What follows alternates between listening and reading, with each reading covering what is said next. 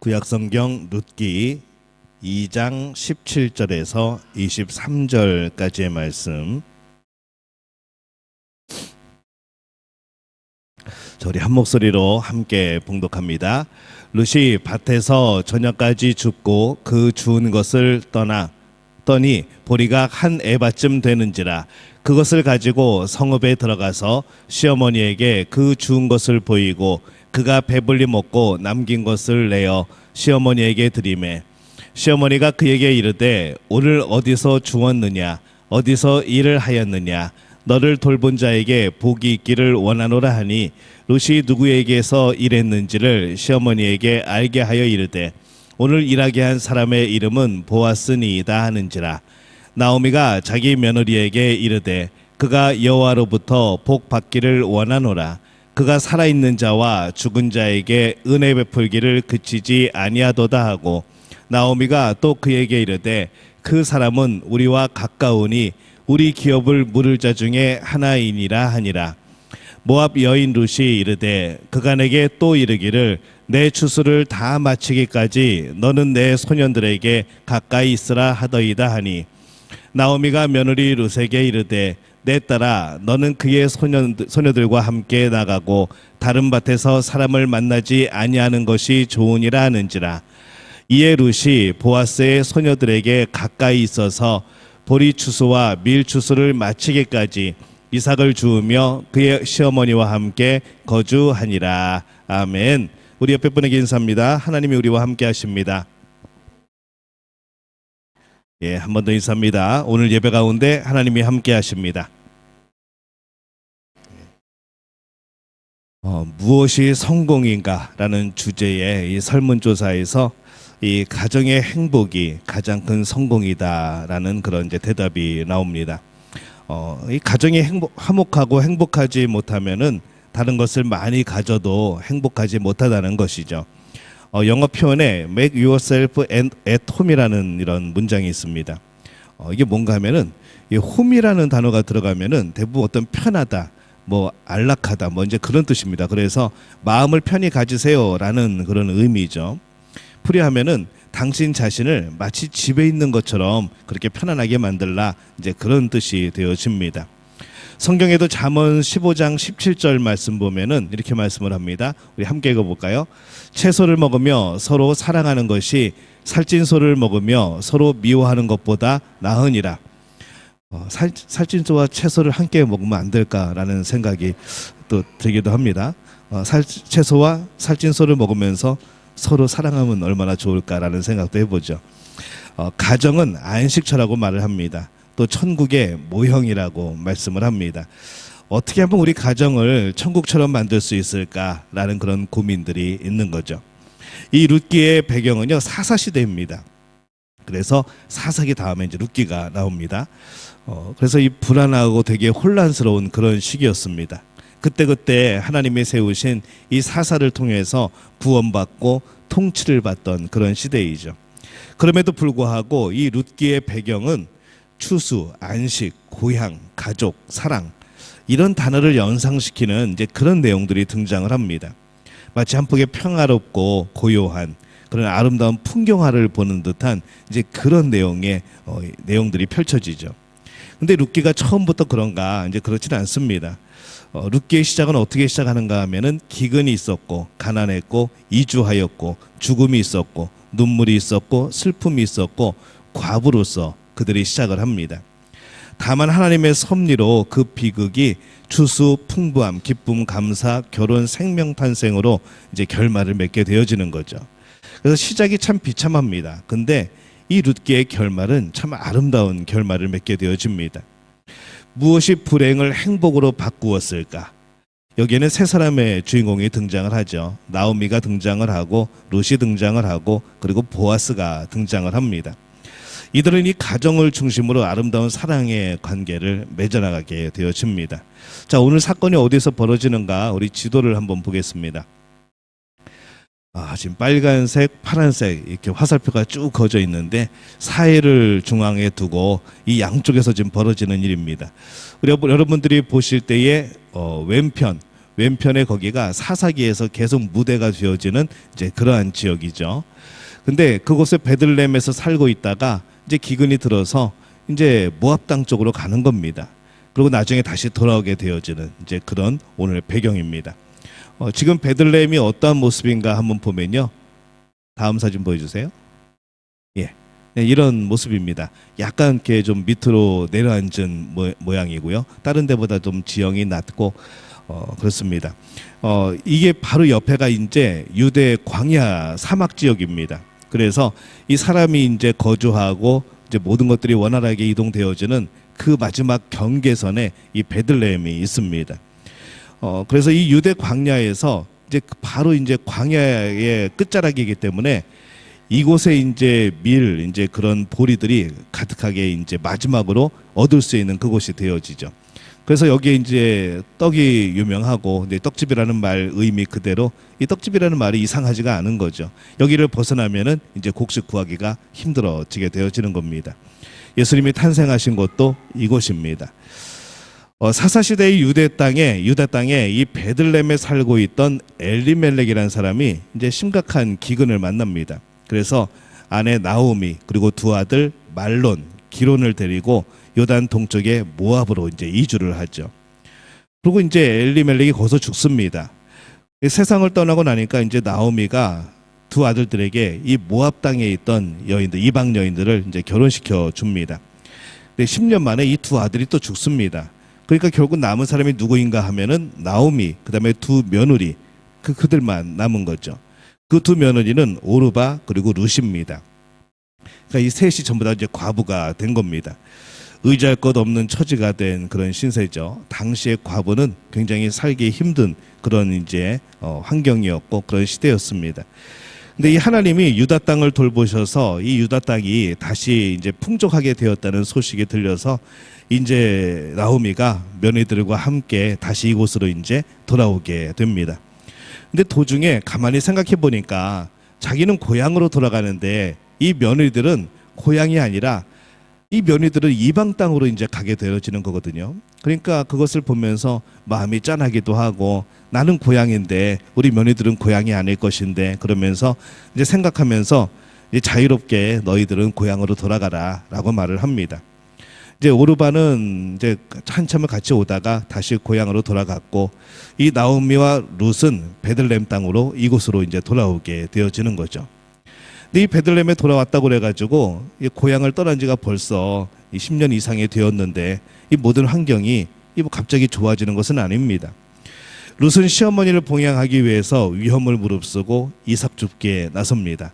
아니 들판에 나가서 이삭 줍는 게 뭐가 위험한가. 그런데 당시의 치안 상황이 그렇게 좋지 않았고 법과 제도가 제대로 구비되지 않았던 지금 사사시대입니다. 그렇기 때문에 당시에 들판에 나가서 추수하는 타작마당에 나가서 이삭 줍기를 한다는 것, 이 여인들은 봉변당하기 십상인 것이죠. 그럼에도 이 룻이 용감하게 이삭 줍기에 나섭니다. 우리가 잘 아는 그림 하나가 있습니다. 이삭 줍는 여인들이라는 이 밀레가 그린 1857년에 그린 그림인데 이제 이런 모습인 거죠. 굉장히 사람이 많았겠지만 여기는 지금 몇 명 없습니다. 이렇게 이삭을 줍는 거. 그러니까 추수를 하고 난 다음에 이 벼 이삭이 이제 떨어지는 그것들을 주워 가지고 그것으로 이제 연명을 하게 되는 그런 상황입니다. 이제 그곳은 나오미의 남편 엘리멜렉의 친족인 보아스의 밭에서 이삭 줍기를 하게 되어집니다.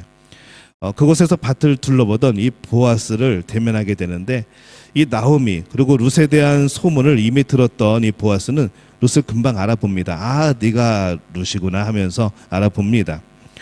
보아스는 왜냐하면 벌써 소문이 났거든요. 그녀의 효성, 이 충성심, 충직함, 성실함 이것으로 인하여서 벌써 고향으로 돌아오자마자 소문이 납니다. 그리고 이삭 줍는 거린이 아니라 그래서 일꾼처럼 대해주고 물도 주고 점심도 제공하고 또 일꾼들에게 이 여인은 아무도 건드리지 마라, 니네들이 보호해라 하고 명령을 하고 또 추수할 때에 단 곡식단에서 조금씩 일부러 가져가다가 일꾼들이 흘려줍니다. 그러니까 이게 조그만 이삭 그 쌀알 한 5개 달린 보리 몇 개 달린 그런 이삭이 아니고 아예 그냥 많이 흘려주는 거죠, 일부러. 그래서 룻으로 하여금 풍성하게 주울 수 있도록 그렇게 배려를 합니다. 한 에바면은 20리터 정도 이제 그 정도를 하루에 주워 가지고 오는 것이죠. 이제 그렇게 집에 들어왔는데 그날 저녁에 이제 시어머니에게 이런저런 얘기를 합니다. 그래서 이 나오미가 그 얘기를 듣고 하나님이 우리에게 은혜의 문을 열어주시는가 보다라고 소망을 갖게 되어지죠. 이 보아스가 며느리 룻을 어여쁘게 보고 있다는 것을 확신한 이 나오미는 타작하는 날에 이 보아스가 타작마당에서 축제를 벌이고 잠을 잘 것을 예상을 하고 이제 룻으로 하여금 목욕을 하고 기름을 바르고 옷을 예쁘게 입고 기다리다가 이 타작마당에 보아스가 잘 때에 그의 장막에 들어가라고 합니다. 이게 요즘에 만약에 이것을 드라마로 만들면요, 이 굉장히 외설적이 되어지고 이게 무슨 일인가 이제 그런 상황이 되어집니다. 근데 지금의 윤리하고 이 당시의 고대 윤리가 좀 다릅니다. 그래서 이것을 기억하면서 그런 상황들, 그런 문화들을 우리가 동떨어져서 따로 떨어뜨려 놓고 생각을 해야지, 이 내용 그대로 요즘에 드라마 만들면은 이게 거의 이제 이상한 드라마가 되어지죠. 타작하는 날에 보니까 예상한 대로 이 보아스가 와서 먹고 마시고 기뻐합니다. 수학의 기쁨이 있었기 때문에 그렇죠. 그리고 이 타작마당에서 그가 잠을 청합니다. 이 룻이 틈을 보아서 이 나오미가 지시한 대로 보아스가 자고 있는 이불 속으로 들어가 눕습니다. 근데 이 상황은 지금 룻이 자기의 인생을 바꾸기 위해서 지금 이러는 것이 아니라 이것을 주도하는 사람이 지금 누굽니까? 시어머니죠. 나오미가 지금 주도를 하고 있는 겁니다. 밤중에 인기척에 놀라서 이 보아스가 깨어보니까 이 달빛 아래 눈부시게 아름다운 룻을 대면을 합니다. 룻의 요구는 단순했습니다. 룻기 3장 9절에 보면은 이렇게 되어 있습니다. 우리 함께 읽어볼까요? 이르되 내가 누구냐 하니 대답하되 나는 당신의 여종 룻이오니 당신의 옷자락을 펴 당신의 요정을 덮으소서 이는 당신이 기업을 물을 자가 됨이니이다 하니 이렇게 말을 하죠.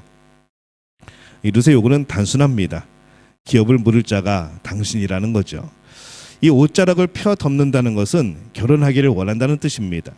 이 나오미와 엘리멜렉의 기업을 당신이 물러달라는 겁니다.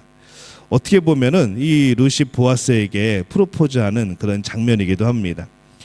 근데 이 기업을 물은다는 것, 이제 원래 단어는 고엘이라는 단어를 씁니다. 영어가 아니고 이제 히브리어입니다. 고엘이라는 단어를 쓰는데 이 규례가 있습니다. 레위기 25장 25절에 그게 나와 있죠. 한번 볼까요? 우리 함께 읽어볼까요? 만일 내 형제가 가난하여 그의 기업 중에서 얼마를 팔았으면 그에게 가까운 기업 물을 자가 와서 그의 형제가 판 것을 물을 것이요 이렇게 되어 있습니다. 엘리멜렉이 베들레헴을 떠나게 될 때에 그냥 어떻게 빈손으로 갑니까? 그래서 자신이 가지고 있던 어떤 땅이나 어떤 그런 것들에 대해서 맡아달라고 하고 돈을 받아서 이주를 했겠죠. 이제 과부가 되어서 돌아온 나오미에게는 그것을 회복할 수 있는, 그것을 돈을 내고 다시 물을 수 있는 힘이 없습니다. 그래서 가장 가까운 친족이 그 땅을 사서 이 나오미에게 돌려주거나 아니면 땅은 자신의 것으로 하되 죽을 때까지 이 과부 나오미 또 그 며느리에 대한 부양의 의무를 행하게 되면은 이제 자연스럽게 그것을 다시 얻게 되는 이제 그런 상황이 되어집니다. 율법에 그렇게 만들어 놨습니다. 왜냐하면은 영원히 땅을 차지하는 것이 아니라 때가 되면은 다시 돌려주고, 그래서 모든 것의 주인은 하나님이심을 고백하고 그 가운데 우리가 서로 나누고 또 그렇게 할 수 있도록 하나님이 그렇게 정해놓으신 겁니다. 근데 보아스는 룻이 다른 욕심 때문에 타작마당에 진입한 것이 아님을 알고 있었죠. 보아스는 룻을 안심시키면서 그녀의 뜻을 들어주겠다고 약속을 합니다. 새벽에 이제 귀가하려는 룻에게 보아스는 보리 6번을 이제 되로 달아가지고 준 것이죠. 날이 밝자 이제 보아스는 성문으로 가서 법률 문제를 상담을 합니다. 이게 굉장히 이제 법적으로도 약간 복잡한 그런 상황인 거죠. 그래서 만약에 기업을 물으려면은 말론의 아내 모압 여인 룻을 같이 사서 나오미만 함께 드리는 것이 아니라 이 모압 여인 룻을 같이 사서 자녀를 낳고 그 첫 자녀를 나오미에게 입양시켜 주면은 이제 그것이 나오미의 아들이 자녀가 되어서 그 기업을 물을 수 있게 되어지는 것이죠. 이렇게 해서 이 보아스는 엘리멜렉의 기업을 다시 한번 이어가게 되어집니다. 이 하나님이 미리 아시고 정하시고 법대로 절차를 밟아서 그 정하신 일이 이루어지게 하시는 거죠. 보아스도 그런데요. 나중에 사울왕도 그 똑같은 과정을 겪습니다. 정통성이 없는 사람을 하나님이 정통성 있게 만들어 주시는 거, 이제 그런 제도가 이 고엘이라는 제도인 것이죠. 다윗 왕도 그런 과정으로 또 세우시죠. 기름 부어서 세우시고, 사울 왕도 기름 부어서 세우시고, 이제 정통성을 부여하는 겁니다. 뜻을 이루어가는 과정에서 법과 절차도 하나님은 그냥 넘기지 않습니다. 철저하게 소홀하게 하지 않고 하나님이 정해 주신 그 율법 가운데에서 하나님도 행하시는 모습을 보는 거죠. 당연히 그럴 것이 하나님이 만드신 법이니까요. 하나님도 그 안에서 같이 행하시는 겁니다. 이 결국 보아스는 룻과 결혼하여서 아들을 낳습니다. 그가 바로 오벳입니다. 이새의 아버지이고 다윗 왕의 할아버지, 그리고 보아스와 룻의 가계에서 메시아 그리스도가 탄생을 하게 되어지는 것이죠. 이 오벳은 나오미에게 아들처럼 입양이 되어집니다. 그래서 엘리멜렉과 말론에 되는 이 룻을 통하여서 계속해서 이어지게 되었고, 이스라엘 중에서 그 이름이 끊어지지도 않고 분깃을 나중에 이어받는 그러한 사람들이 되어지는 거죠. 이 처음의 내용을 보면요, 야, 이 룻계가 이게 어떻게 끝을 내려고 이렇게 비극으로 시작을 하는가, 이제 그런 생각이 듭니다. 근데 마지막은 어떤가요? 되게 해피엔딩입니다. 이제 그렇게 끝나게 되어지죠. 근데 이렇게 끝나게 된 데에는 이 세 사람의 사랑의 이야기가 담겨져 있는 겁니다. 그래서 룻기의 주제는요, 사랑입니다. 우리 성경의 파노라마, 우리 구약의 파노라마 배울 때 이 각 성경의 주제가 뭔가 할 때 룻기는 이거는 사랑이라는 단어였습니다. 그렇다면 이 아름다운 가정을 만들기 위해서 상호간에 노력해야 될 것이 무엇인가? 오늘 이것을 함께 나누려고 하는 겁니다. 자, 첫 번째는요, 함께 읽습니다. 시작. 서로를 생각하는 마음. 첫 번째는 서로를 생각해주는 마음이 필요합니다. 자기 중심주의는 바로 죄성의 증거인 것이죠. 이런 태도로는요, 아름다운 가정, 천국과 같은 가정 만들 수 없습니다. 근데 이 나오미는 가정에 불운이 닥친 것을 남의 탓으로 돌리지 않는 모습이 우리 성경에 나옵니다. 룻기서 1장 13절, 또 룻기 1장 21절에 보면은 이렇게 되어 있습니다. 한번 읽어볼까요? 여호와의 손이 나를 치셨으므로, 또 여호와께서 나를 징벌하셨고 전능자가 나를 괴롭게 하셨거늘. 이게 누구 때문에? 엘레멜렉이 괜히 여기를 날 끌고 와가지고 내가 그 인간과 결혼해가지고, 이게 아니고 여호와의 손이 나를 치셨으므로, 여호와께서 나를 징벌하셨고 전능자가 나를 괴롭게 하셨거늘. 이게 그냥 신세 한탄이 아니라 이 남에게 남 탓을 하지 않으려는 그의 중심인 겁니다. 대부분 불운한 일을 당하면은 사람은 누군가에서 원인을 찾습니다. 내가 잘못해 놓고서도 다른 사람이 잘못했다고 말을 하는 거죠. 다른 사람에게 원인을 찾아갑니다. 며느리를, 우리나라 제일 많이 나오는 얘기 그거죠. 드라마에도 많이 나오는 거. 며느리를 들였더니 집안에 우환이 생기면은 이게 세 사람이 잘못 들어와서 그랬다고 난리가 납니다. 이 말이 안 되는 거죠. 그러나 이 나오미는 남편과 두 아들이 모두 죽은 것은 누구 탓인가 하면은 여호와의 손이 나를 치셨으므로, 여호와께서 나를 징벌하셨고 전능자가 나를 괴롭게 하셨거늘, 이렇게 고백을 하는 겁니다. 만약에 이렇게 하지 않고, 야, 니네 이방 여인들을 내가 며느리로 맞아 했더니 이 집안이 이 모양이 됐어라고 말하면은 이게 이제 콩가루 집안 되는 것이죠. 그럼 며느리들은 가만히 있겠습니까? 난리가 나는 거죠. 이 며느리들에게는 죄가 없다고 지금 말하는 겁니다. 이런 태도를 가지고 있을 때 이 가정의 분란이 일어나지 않는 겁니다. 또 두 며느리에게 이렇게 말합니다. 각자 고향집으로 돌아가 남편을 새로 맞아 행복하게 지내라 라고 말을 합니다. 상대방의 입장을 배려해주는 어머니, 시어머니의 마음을 보는 것이죠. 이 두 며느리의 마음을 이해해 주는 겁니다. 이해한다는 것은요, understand입니다. 이게 뭔가 하면은 under, 밑에서 본다라는 거죠. 내가 밑에 서 있다. 내가 그의 자리에서 본다는 겁니다. 그러면 과연 세상은 어떻게 보일 것이며 어떤 심정일까? 이것을 헤아려 보는 것이죠. 남편은 아내 입장에서, 아내는 남편의 입장에서, 부모는 자식의 입장에서, 자식은 부모의 입장에서 생각해 볼 수 있을까요? 어떻게 생각하세요? 우리 12학년 두신 우리 부모님들, 자식은 부모의 입장에서 생각해 볼까요? 뭐 여러 가지 생각해보는데 자식들이 부모 입장에 생각해 보는 것은 어느 정도 철이 들어야 이제 가능해지긴 합니다. 이게 서로 상대방의 입장에서 서서 생각할 수 있는 것, 그 이제 이해함에 있어서 이 가정의 행복이 오는 겁니다. 그래서 행복한 가정은요, 서로 이해하려고 애를 쓸 때 만들어집니다. 그리고 서로의 행복을 찾아주기 위해서 최적의 조건을 생각하는 것이죠. 상대방이 어떤 필요가 있는지, 어떤 필요를 채워주고 서로를 이해하고 먼저 배려하는 마음이 있는 곳이 이제 그게 천국입니다. 천국에 가서도 거기서도 내 거 챙기고 그냥 내 것만 움켜잡고 있고 그러면 그게 천국이겠습니까? 예수님이 우리를 위하여서 두 팔 벌리고 생명까지 내어주신 그것이 이루어지는 곳이 천국인 것이죠. 서로가 그렇게 하는 겁니다. 그래서 천국인 것이죠.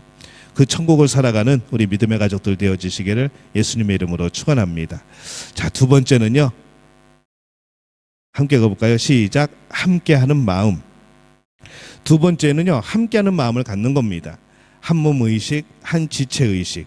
이 가정이 행복해지기 위해서는요, 서로 함께하겠다는 마음이 있어야 되는 것이죠. 하나님은 에덴 동산 최초의 주례사에서 이렇게 말씀을 합니다. 한 몸을 이루라. 이 하나님의 주례사입니다. 한 몸을 이루라. 부부가 이 한 몸 의식을 지니고 살아가라는 거죠. 그래서 결혼은 죽으나 사나 한 공동체를 이루는 겁니다. 그래서 이것은 결혼과 가정의 원래 본래에 하나님이 정해주신 그런 모습이죠. 죽으나 사나 한 공동체를 이루는 것. 근데 오늘날에는요, 함께 하겠다는 마음보다는요, 조금이라도 자신이 손해를 보지 않으려는 이런 마음이 더 큽니다. 이기적인 본성이 우리의 가정의 영역에도 들어오는 것이죠. 참다운 사랑으로는 한 몸이 되지 못하고 서로 거래를 하는 것, 이것이 요즘의 이제 모습입니다. 참다운 사랑이 아니라 거래를 하게 되어지는 것. 이 결혼은 거래가 아닙니다. 근데 자꾸 거래를 하게 되어지는 거죠. 이 룻은 어려운 고부관계라도요, 시어머니와 함께 하겠다고 말을 합니다. 룻기서에서 가장 감동적인 부분이 이 부분인 거죠. 룻기 1장 16절 말씀 우리 함께 볼까요? 우리 함께 읽습니다. 룻이 이르되 내게 어머니를 떠나며 어머니를 따르지 말고 돌아가라 강권하지 마옵소서. 어머니께서 가시는 곳에 나도 가고 어머니께서 머무시는 곳에서 나도 머물겠나이다. 어머님의 백성이 나의 백성이 되고 어머님의 하나님이 나의 하나님이 되시리니. 우리 믿음의 며느리들은 다 이런 마음을 가지고 사시기를 바랍니다. 예, 아멘이 이게 작네요. 예, 이런 마음 가지고 사시기를 바랍니다. 왜냐하면 이게 하나님 앞에서의 삶이거든요. 이 시어머니에 대한 어떤 마음이 아니고 그 마음도 포함되어 있지만은 이 하나님 앞에서의 삶, 정직한 삶, 성실한 삶, 이런 모습이 있는 겁니다. 사실 룻에게 유대인이 사는 곳은 이방 지역입니다. 굉장히 낯설죠. 문화가 다르니까 낯섭니다. 그런데도 불구하고 그녀는 익숙한 고국, 친족이 섬기던 신을 포기하고 나오미와 함께 하겠다고 합니다. 이 함께 한다는 것은 몸만 같이 있다고 되는 것이 아니라 진정으로 마음을 같이 해야 되는 것이죠. 자, 세 번째입니다. 함께 읽습니다. 원활한 의사소통. 이 세 번째는요, 원활한 의사소통이 필요합니다. 부부 사이에 또 부부와 자녀 사이에 그리고 다른 구성원 사이에 이 원활하게 의사소통이 이루어질 때 행복이 이루어지는 것이죠. 이 나오미와 룻의 모습을 보면요, 갈등하는 고부관계가 아니라 정말 이 어머니와 딸 같은 그런 모습들이 계속 등장을 합니다. 계속 어머니라고 이제 호칭을 하고 이제 그들 사이에 계속해서 대화를 하고 그러죠. 일을 갔다 오면은 이제 이삭을 주워오고 또 갔다 오면서 그날 있었던 일들을 저녁에 어머니에게 다 말을 하고, 그러면 또 나오면은 인생의 지혜를 다 짜내서 룻에게 해야 할 일들을 가르쳐 주고, 이같이 나오미와 룻은요, 허물없는 대화를 통해서 서로의 마음을 나누고 안식을 얻게 된 겁니다.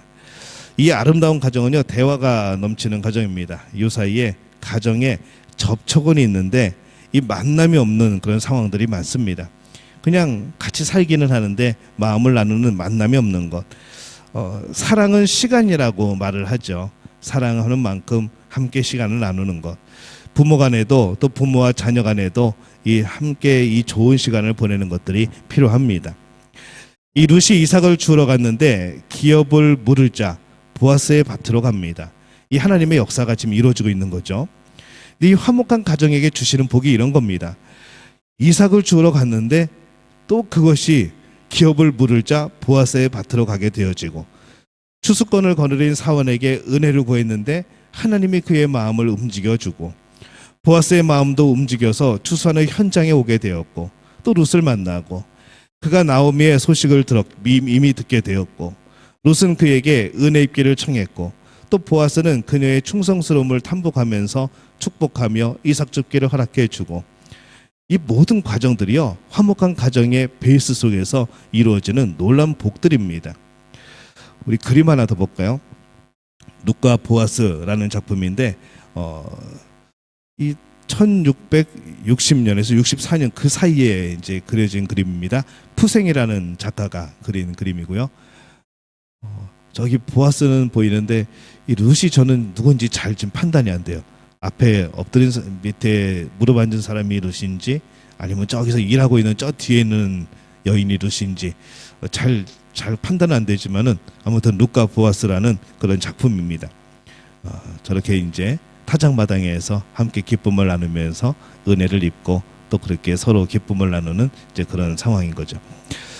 이 보아스는 합법적인 절차를 모두 밟아서 이 나오미의 기업을 이어갈 뿐 아니라 룻과 결혼하여서 엘리멜렉의 가문을 다시 새롭게 세웁니다. 그래서 이 룻기의 이런 말씀은요 아름다운 가정의 역사하신 하나님의 섭리를 보여주죠. 처음에 성경 통독을 하면서요 잘 나가다가 사사기 다음에 룻기가 나오면은 사람들이 당황을 합니다. 막 사사의 멋진 모습들이 한참 나오다가 갑자기 사랑 이야기가 나오거든요. 처음엔 굉장히 비참하고 어려웠는데 갑자기 사랑 이야기가 나오면서 아름다운 결말을 맺게 되어지는 것. 이 성경은요 이 룻기가 들어간 이유가 있습니다. 그 예수님의 족보가 이어지거든요. 다윗 왕의 우리 이제 할아버지 할머니가 나오게 되어지고 이제 그런 모습을 통해서 예수님이 어떻게 탄생을 하셨는가 이 룻기가 없으면요 중간에 끊어져 버립니다. 끊어져 버리고 어떻게 이게 대가 이어지지? 어떻게 이게 혈통이 끊어지지 않고 이어지지? 이제 여기에 대한 대답이 없어지는 거죠. 그래서 룻기가 굉장히 중요합니다. 예수님의 탄생에 있어서. 그래서 우리 성경 속에 들어와 있는 겁니다. 이 룻기 이야기는요 아름다운 가정의 역사신 하나님의 섭리라는 거죠. 인생의 비통함을 맛본 여인조차 돌보시는 하나님, 공동체로 다시 회복시키는 모습을 분명히 보여주고 또 뿐만 아니고 하나님은 비록 이방인 과부라고 할지라도 받아주시고 보호하시고 복 주신다는 것, 이것도 우리에게 보여주시는 겁니다. 그리고 결국에 룻은 다윗 왕의 증조모가 되어서 예수님의 족보에 딱 올라가는 그런 영예를 얻은 것이죠. 이방 여인은 한번 결혼하지 말라고 우리 여호수아서에 막 그렇게 하나님이 말씀하셨는데 이 나중에는 결국에는 이방 여인이 이제 이 대를 이어감으로 인하여서 이제 예수님의 족보까지 들어가는 영예를 얻게 된 것이죠. 그래서요 하나님의 은혜는 그 어떤 사람에게도 열려 있는 겁니다. 하나님의 사랑과 복 주심은 그 어떤 사람에게도 열려 있는 겁니다. 다만 하나님 안에서 살아가려고 하는 사람, 하나님 안에서 평화를 이루려고 하는 사람, 하나님의 뜻에 목숨 걸고 달려가는 사람들, 정말 하나님의 뜻대로 이 아름다운 가정을 이루려고 하는 많은 이들에게 하나님은 놀라운 복을 허락해 주신다는 것이죠. 저는 여러분들이 그 복을 누리시기를 바랍니다. 하나님이 주신 놀라운 복, 정말 하나님이 예비하신 이 복들이 어쩌면 이렇게 맞아떨어지고 이어지고 열리게 되어지고 연결되어지는지 우리는 이 말씀을 통해서 발견을 하는 것이죠. 우리의 삶에도 이 하나님의 놀라운 손길과 복이 임하게 되어지시기를 예수님의 이름으로 축원합니다.